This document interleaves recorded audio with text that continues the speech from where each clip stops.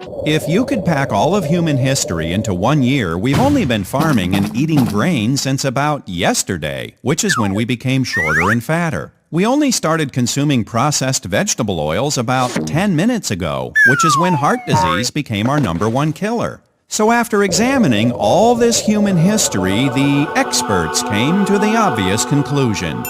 We need to eat a lot more of these. And so they convinced us that human health depends on foods we didn't eat for more than 99% of our entire existence. How did this happen? In the 1950s, a biochemist named Ancel Keys published a study that compared heart disease and fat consumption in a half-dozen countries. The more fat, the more heart disease. The trend line was unmistakable.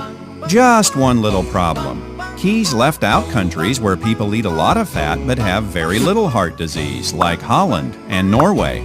He also left out countries where people don't eat much fat but do have a lot of heart disease, like Chile. In fact, Keys had reliable data from 22 countries, and the results were all over the place. But you can't make a big splash in the scientific community with a trend line that looks like this. So Keys did what any dedicated researcher would do. He threw out the data that didn't fit and published his results. His punishment for this bit of scientific chicanery was to get his picture on the cover of Time magazine.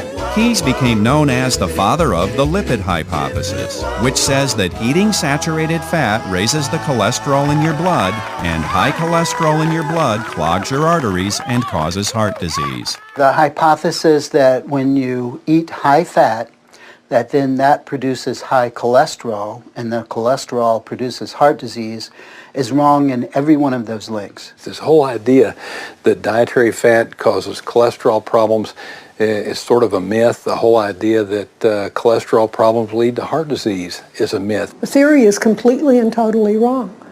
It was a theory that was made out of whole cloth and then pushed. The term artery clogging saturated fat, it's as though it's all one word.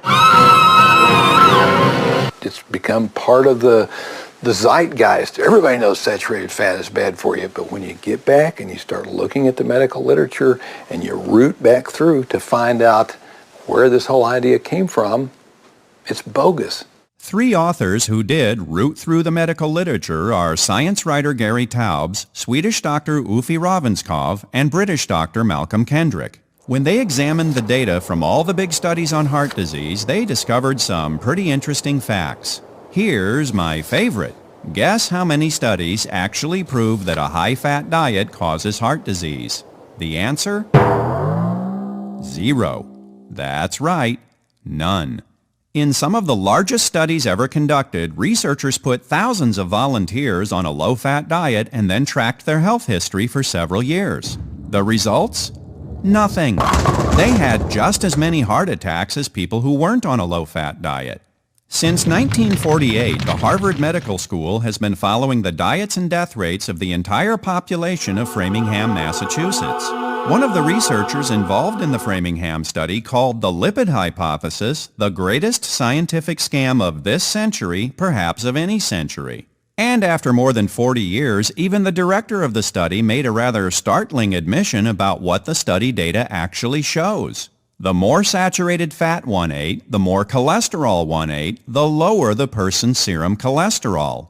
In other words, a high-fat diet does not automatically raise your cholesterol. Well, what about the second half of the lipid hypothesis? Whether it comes from your diet or not, doesn't high cholesterol cause heart disease? After all, that's what the experts have been telling us for 50 years. Lots of people have bad heart attacks and have low cholesterol. There's not really a huge correlation there. You've got people who have heart attacks and who develop plaque who have high cholesterol, people who have low cholesterol. There's really not any correlation. Michael DeBakey, the famous heart surgeon, compared the medical records of more than 1,700 of his own patients. He found no relationship between cholesterol levels and heart disease. When Dwight Eisenhower had his first heart attack, his cholesterol was only about 165. Wow, that's a nice healthy level there, General. So if high cholesterol doesn't actually cause heart disease, what does? The newest theories in heart disease development don't have anything to do with cholesterol. They have to do with inflammation. Cholesterol does not cause heart disease. Cholesterol is the thing that heart disease acts upon. The heart disease is the inflammation and the oxidation, the plaquing out of cholesterol once it becomes oxidized. So many people have been found that have low, normal or low cholesterol, and they still have bad heart disease. But most of those people, when they're checked carefully, will have signs of inflammation. To understand how inflammation can cause heart disease, let's look at what cholesterol actually does. Cholesterol is one of the most important substances in your body. Without it, you'd be dead. Your brain and your nervous system are full of cholesterol. The walls of your cells depend on cholesterol. Nearly all of your hormones are made from cholesterol. This stuff is so important almost every cell in your body can make its own cholesterol if it has to. The heart disease story we all know goes like this. If you have too much LDL or bad cholesterol, it builds up in your arteries and makes them narrow. But if you're lucky, HDL or good cholesterol gobbles it up and clears it away. It's a nice, simple story. And it's a load of baloney. For one thing, LDL and HDL are not cholesterol. They're proteins that carry cholesterol through your blood. LDL carries cholesterol from your liver to your tissues, and HDL carries old cholesterol back to your liver where it's recycled. If you want more HDL, the last thing you need is a low-fat diet. What makes HDL go up? Fat in the diet. That's what raises HDL. So you increase the fat in your diet, and your HDL, deemed by even the most fervent anti-cholesterol person as the good cholesterol, HDL goes up. That's right. In spite of what the experts told us, 27 different studies have shown that eating saturated fat raises your HDL. And despite its bad reputation, not all LDL is actually bad. LDL comes in different size packages. They're little small, dense, BB-like packages, and there are big, round, fluffy, cotton ball-like packages. And the small, dense ones, it turns out, what's called a type B LDL, are the most harmful ones. And the big fluffy ones aren't particularly harmful at all. Heart disease doesn't begin when your cholesterol goes up. It begins when your arteries become damaged or inflamed. LDL then does exactly what it's supposed to do. It brings in cholesterol to help the healing process. But if small LDL becomes damaged by oxidation, it can penetrate the wall of the artery. If the inflammation and oxidation continue, a plaque begins to form. Now you've got heart disease. So does a high-fat diet produce too much small LDL? Nope. Small LDL is the result of eating too many carbohydrates. That's been shown in the medical literature probably a dozen times at least in papers that reducing carbohydrate in the diet shifts from a small dense pattern to a big fluffy pattern. Having an LDL that's 120 or 130 or 100 or 145 doesn't matter as much as the kind of LDL that it is. If the numbers alone don't mean very much, then why does high cholesterol get all the blame? Research consistently shows that smoking, elevated blood sugar, and emotional stress can cause inflammation, damage your arteries, and lead to heart disease. They also happen to raise your cholesterol.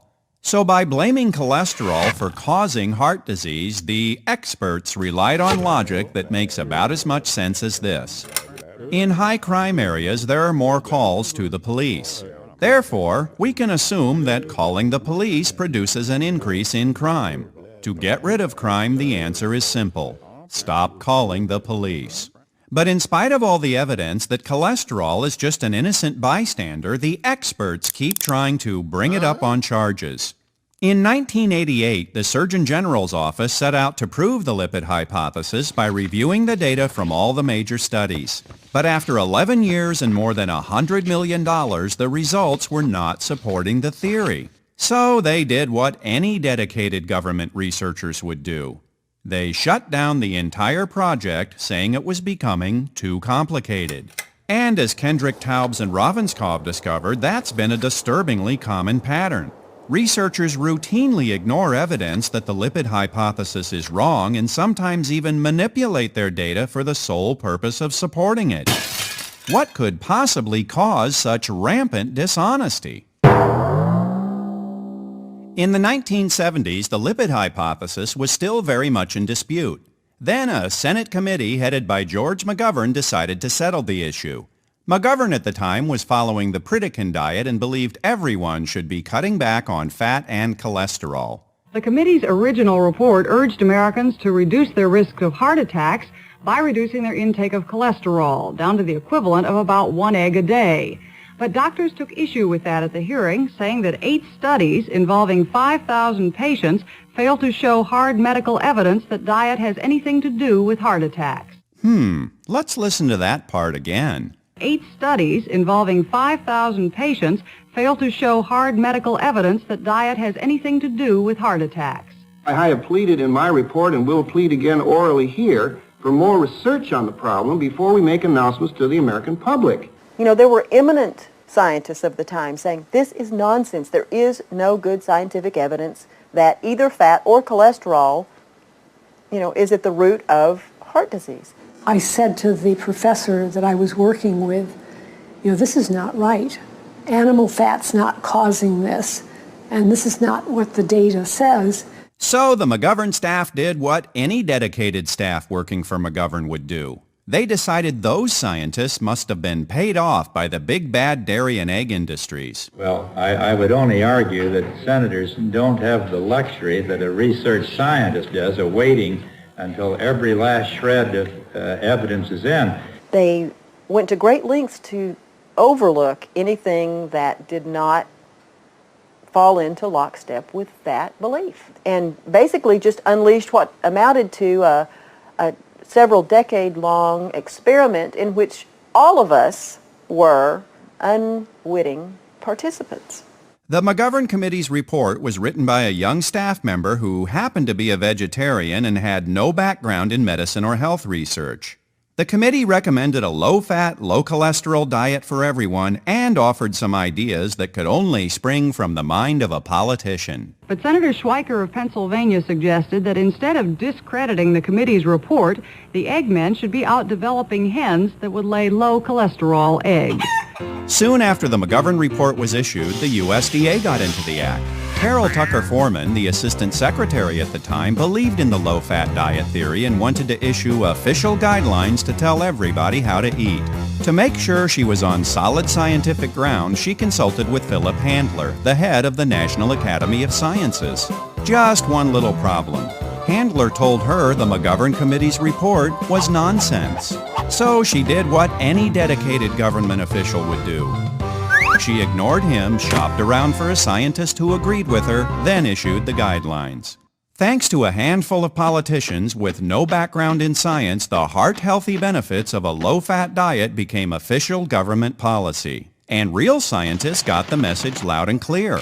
Tell us what we already believe, or you can say goodbye to your lucrative government funding. There is influence that goes on, starting with the USDA, which is promoting commodity agriculture. So there is a lot of economic pressure on the people at NIH, on the people in the universities who carry out the studies for NIH. They live by their grants. No grants, no work, no job. Dr. Kilmer McCulley, a researcher at Harvard, went against the prevailing theory and published a study concluding that something other than cholesterol was causing heart disease. His reward for this bit of scientific integrity was to be denied tenure, lose all his research grants, and get shoved into a little laboratory in the basement.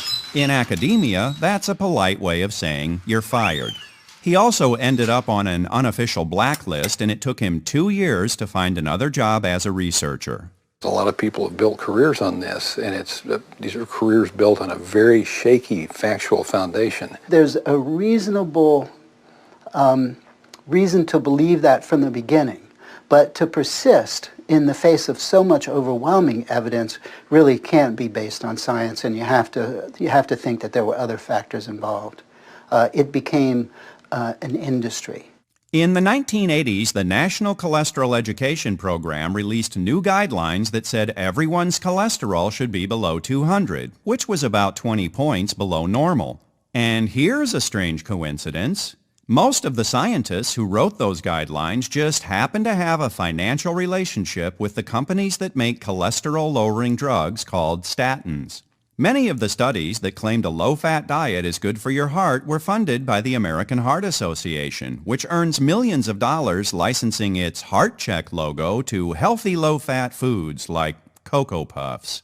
If the lipid hypothesis ever goes away, that logo just became worthless. Give this another decade, and that hypothesis will be on the junk pile of history because it's not true. Okay, so maybe the lipid hypothesis isn't true. So what? What could possibly be wrong with cutting back on saturated fat and getting your cholesterol as low as possible? We now have this terrible phobia of fat, of animal fat, which the body needs to be normal, to be healthy. Your immune system is fat dependent. I mean, your brain is fat dependent. Your skin, your hair, your nails, all these things are fat dependent. Your sex hormones are fat dependent, are cholesterol dependent. They're made sort of on a cholesterol molecule. If you are elderly, over the age of 60, and if you're a woman of any age, the cholesterol is a complete non-issue. In fact, the higher your cholesterol, the longer you live. And this shows up in study after study. And yet, in spite of those studies, drugs that lower cholesterol are being marketed to women. But take a good look at that little disclaimer. If it doesn't prevent heart disease, why on earth would you take such a powerful drug? There is absolutely no benefit for women of any age in taking statins. I mean, statins are a waste of money for women. There's some real problems with taking statins. Memory loss, muscle problems, and osteoporosis in women. I mean, there are a lot of reasons that you wouldn't want to take statin drugs. And low cholesterol is a predictor for depression, suicide, violent behavior, strokes, and cancer. It's much better to have high cholesterol than lower cholesterol.